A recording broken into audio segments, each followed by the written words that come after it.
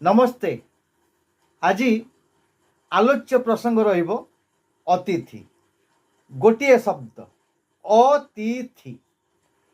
मु कहीं संपर्क में चर्चा करने चाहिए एइथिपाई चाहिए वर्तमान प्राय अधिकांश स्थान रे विभिन्न महोत्सव होउछि, विभिन्न उत्सवर आयोजन कर जाउछि।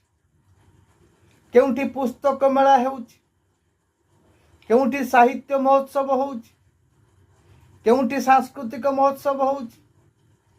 एमिति विभिन्न प्रकार महोत्सव बा उत्सव आयोजित होउछि।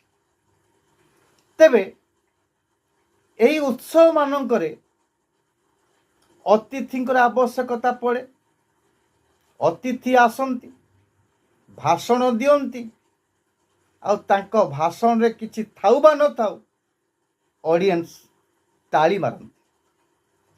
एभली अतिथि अछंती, मने करंतु आपणकर कार्यक्रम निर्धारित अपराह्न 5टा बेले हबार थिबो, किंतु सेमाने निर्दिष्ट समय आसी पहुंचती नाही। घंटे 2 घंटा हेई रास्ता रे अच्छी हेई जाउछि, मु पहुँची जीवी, आपण कार्यक्रम आरंभ कर दियंतु। एमिति बारंबार आयोजक माने फोन करुथिबे, से तांकर प्रश्नर उत्तर देउथिबे। एई भली अतिथि अछंती, किंतु सेइमिति अतिथि को आयोजक माने प्रतीक्षा करिथांती। दर्शक भरपूर हो जाइथांती, किंतु प्रोग्राम आरंभ हुए नाही, कहीं अतिथि आसी नाहांती।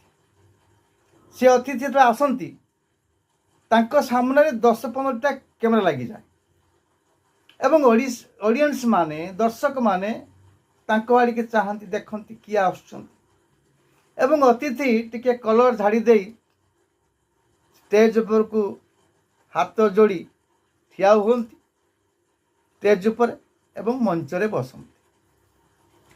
सेमाने मंच रे बसिबा परे तांकर नाम जतले पड़े कहिबा पाई, सेतेबेले सेमाने कौन कहंती, प्रसंग कौन थाए सेमानंकु जणा।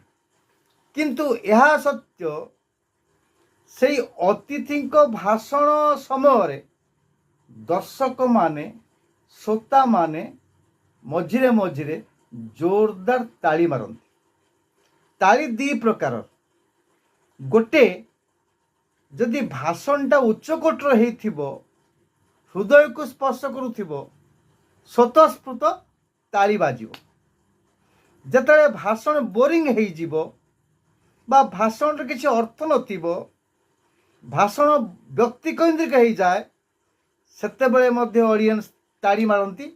कारण से माने परोक्षरे जण दे पई चाहंती, बस बहुत हो गला, एबे शब्द को विराम दियंती। तेबे अतिथि केते प्रकार मो दृष्टि रे गोटे प्रकार अतिथि होउछंती, जहां को आबे इंग्रजी रे कहिबा पेड गेस्ट। अर्थात जो कर्मकर्ता माने कोनोसी सभा कार्य आरंभ करूछंती, से अनुष्ठान पाई किछि बदान्य व्यक्ति अर्थ दान करिथांती। जो माने अर्थ दान करिथांती, सेमानंक निकटरे से अनुष्ठान कर्मकर्ता माने कृतज्ञता प्रकाश करते एवं तांकु अतिथि रूपे आमंत्रण करते। एमान कहा जाए पेड गेस्ट। आउ गोटे प्रकार गेस्ट अछंती, तांको कहा जाए तत्काल गेस्ट। मने करंतु गोटे फंक्शन पाई एक्स महाशय आसिले नाही, कौनसी कार्यवशत बा कौनसी कारणवशत, तेणु जो माने मंचर संचालक थांती, तुरंत ऑडियंस मानक भितरु जन को मंच को डाकी दियन तत्काल। ताकू मु कहे धरा बर अतिथि। गोटे झियो मंगुली हेई रहिछि, से बा हेई पारु नाही, बर आसिला नाही, तेणु से झीटी को बाहाघर करिबा पाई तुरंत माने काल विलंब न करी କୌଣସି ଏକ ବ୍ୟକ୍ତି ସହିତ ହାତ ଛନ୍ଦି ଦିଆଯାଏ, ତା କୁହାଯାଏ ଧରାବର। ସେମିତିକା ଧରାବର ଅତିଥି ମଧ୍ୟ ଅଛନ୍ତି। ତୃତୀୟ ପ୍ରକାର ଅତିଥି ଯାହା କୁହାଯିବ ବିକଳିଆ ଅତିଥି। ସେମାନେ ଯଦି ଥରେ କେଉଁଠି ଅତିଥି ନ ହେଇଛନ୍ତି ତାଙ୍କୁ ଭଲରେ ନିଦ ହେବ ନାହିଁ କି ପେଟରେ ଡାଇଜେସନ୍ ହେବ ନାହିଁ। ତାଙ୍କର ଅତିଥି ହେବା ନିହାତି ଦରକାର। এই ବିକଳିଆ ଅତିଥିମାନେ ଯେନେ କେଣ ପ୍ରକାରେଣ ସେମାନଙ୍କୁ ସୂଚନା ମିଳିଯାଏ, ଆଭାସ ମିଳିଯାଏ। ଆପଣ ଜାଣିଛନ୍ତି ଯେତେବେଳେ ଶାଗୁଣା ଆକାଶରେ ଉଡ଼ୁଥିବ, କେଉଁଠି ମଢ଼ ପଡ଼ିଥିବ, ସେ ଜାଣିନେବ ଏଇଠି ମଢ଼ ପଡ଼ିଛି, ଏଇଠି ଉଡ଼ିବି। ଠିକ୍ ଏମିତିକା ବିକଳିଆ ଅତିଥି ଅଛନ୍ତି, କେଉଁଠି ଫଙ୍କସନ୍ ହେଉଛି ସେମାନେ ଜାଣି ନିଅନ୍ତି। ତାଙ୍କର ସ୍ପର୍ଶ ଶକ୍ତି, ଆଘ୍ରାଣ ଶକ୍ତି ଅନେକ ରହିଛି। ତେଣୁ ସେମାନେ ପୂର୍ବରୁ ସେ ଅତିଥିମାନଙ୍କୁ ରିକ୍ୱେଷ୍ଟ କରନ୍ତି, ତେଲମରା କଥା କହନ୍ତି, ନିଜକୁ ପଣ୍ଡିତ ବୋଲି ବୋଲାନ୍ତି, ଆଉ ସେମାନେ ସେଇଠି ଅତିଥି ହୁଅନ୍ତି। ଏମାନେ କ'ଣ କରନ୍ତି, ଗୋଟିଏ ସ୍ଥାନରେ ଅତିଥି ହୁଅନ୍ତି ନାହିଁ, ଗୋଟେ ଦିନ ଦୁଇ ତିନି ଜାଗାକୁ ମଧ୍ୟ ସେମାନେ ଗୋଟେ ଦିନ କଭର କରନ୍ତି। ଏଠି ପଦେ କଥା କହିଦେବେ, କହିବେ ଆଜ୍ଞା ମୋର ବହୁତ ବିଜି ଅଛି, ଆପଣ ମୋତେ ଟିକେ ଛାଡ଼ିଦେବେ ଆଗରେ। ଏଠି ପଦେ କହିଲେ, ଆଉ ଗୋଟେ ଜାଗାରେ ପଦେ କହିଲେ, ଆଉ ଜାଗାରେ ଗୋଟେ ପଦେ କହିଲେ। ଏମିତି କହନ୍ତି କାହିଁକି? ରାତି ପାହିଲେ ସବୁ ପେପରବାଲା ମାନେ, ମିଡ଼ିଆ ମାନେ ତାଙ୍କ ଫଟୋ ସହ ଭାଷଣର କିଛି ଅଂଶ ଛାପିବେ।